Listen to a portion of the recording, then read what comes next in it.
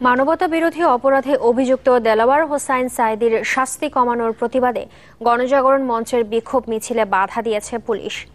আহত হয়েছেন মঞ্চের মুখপাত্র ডাক্তার ইমরান এইচ সরকার সহ বেশ কয়েকজন। সংঘর্ষ হয়েছে বিভক্ত মঞ্চের দুই পক্ষের মধ্যেও। সাঈদীকে ফাঁসি না দিয়ে আমৃত্যু কারাদণ্ড দেয়ায় ক্ষুব্ধ গণজাগরণ মঞ্চ। সেই ক্ষোভ প্রকাশ আর ফাঁসির দাবি জানানোর জন্যই এই গণসমাবেশের আয়োজন, যেখানে অংশ নেন প্রগতিশীল বিভিন্ন ছাত্র সংগঠন, সুশীল সমাজ আর নানা শ্রেণী পেশার মানুষ। নেতৃত্বে ইমরান এইচ সরকার। পাশেই সমাবেশ করেন আরেক অংশ, যার নেতৃত্ব দিচ্ছেন কামাল পাশা চৌধুরী। ইমরানের বক্তব্য অনুযায়ী গণজাগরণ মঞ্চের আন্দোলনকে নষ্ট করতে এই অংশের জন্ম। দুই অংশের মাঝখানে অবস্থান নেয়া এই অংশটির জন্ম দিয়েছেন নাম সর্বস্ব দু একটি ছাত্র সংগঠনের কর্মীরা। কে শোনে কার কথা? একজনের কানের কাছে বেজে চলে আরেকজনের মাইক, চলে অভিযোগ পাল্টা অভিযোগ। ইমরান এইচ সরকার বলেন, যুদ্ধাপরাধীদের সাথে আতাতের পথে গণজাগরণ মঞ্চকে বড় বাধা মনে করছে সরকার। তাই পরিকল্পিতভাবেই শাহবাগে বিশৃঙ্খলা তৈরি করা হচ্ছে।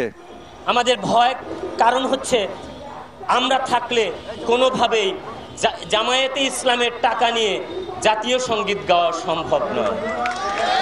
আমাদেরকে ভয় কারণ আমরা থাকলে কোনোভাবেই একজন কুখ্যাত রাজাকার দেলোয়ার হোসেন সাঈদী যে গণহত্যার দায়ে অভিযুক্ত, সেই গণহত্যাকারীকে আবারও জাতীয় পতাকা লাগিয়ে রাজপথে ঘোরানো কিংবা সংসদে বসানো সম্ভব নয়।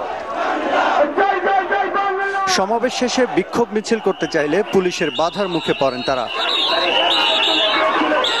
এ সময় ইমরান সহ কয়েকজন আহত হন।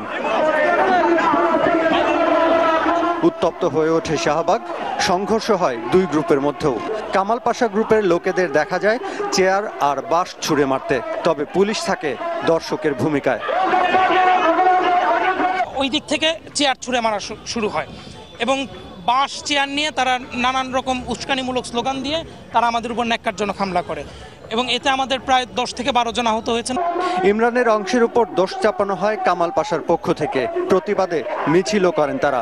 যুদ্ধাপরাধীদের সর্বোচ্চ শাস্তির দাবিতে গড়ে ওঠা এই আন্দোলনের এমন পরিণতি অবাক করেছে উপস্থিত সবাইকে।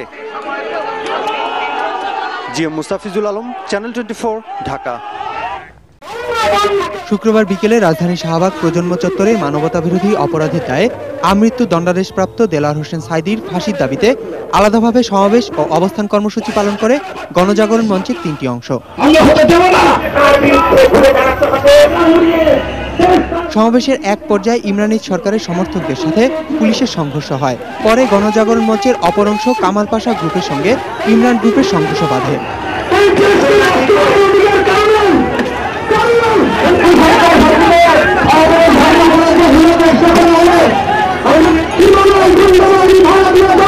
সংঘর্ষে ইমরানের সরকার সহ আহত হয় বেশ কয়েকজন। তাদেরকে ঢাকা মেডিকেল কলেজ হাসপাতালে নেওয়া হয়েছে।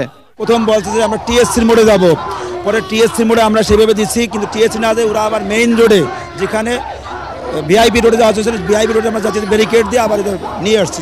এখানে শান্তিপূর্ণভাবে সমাবেশ হচ্ছে, ওই দিক থেকে তারা মিছিল নিয়ে এসে আমাদের উপর চেয়ার ছোড়া শুরু করলো। পরে পুলিশি তৎপরতায় পরিস্থিতি নিয়ন্ত্রণে এলেও উত্তেজনা বিরাজ করছে আশপাশের এলাকায়। আহমদ অনিক, একুশে টেলিভিশন, ঢাকা।